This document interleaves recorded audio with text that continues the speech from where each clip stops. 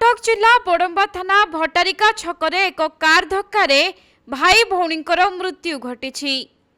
मृतक द्वय हेउछंती संतोष कुमार साहू एवं तांको भौणी पालिया साहू। मिलिथिबा सूचना अनुसार संतोष कुमार साहू घर बनमालीपुर गाँव में से तांको भौणी पालिया साहू को तांको शाशुघर गाँ चंडीमंगल को नहीं जाउथबा समय रे भट्टारिका छक पाखरे एक कार सेमानंक बाइक को धक्का देइथिला। फलरे घटनास्थल में संतोषंकर मृत्यु होइथिबा बेले तांको भौणी पालिया साहू को गुरुतर अवस्था उद्धार करी बड़म्बा डाक्तरखाना रे भर्ती करा जाइथिला, किंतु सेठारे पालिया साहूंकर मृत्यु होइथिबा जଣା पड़िछि। तेबे एही घटना घटिबा परे भट्टारिका छकरे किछि समय पई उत्तेजना परिस्थिति देखा देइथिला।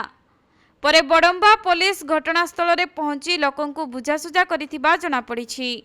सेपटे मृतदेह गुड़िको व्यवच्छेद पई डाक्तरखाना पठाई दिया जाइथिबा बेले दुर्घटना घटाइथिबा कार सहित बाइक टी को मध्य जबत करा जाइछि।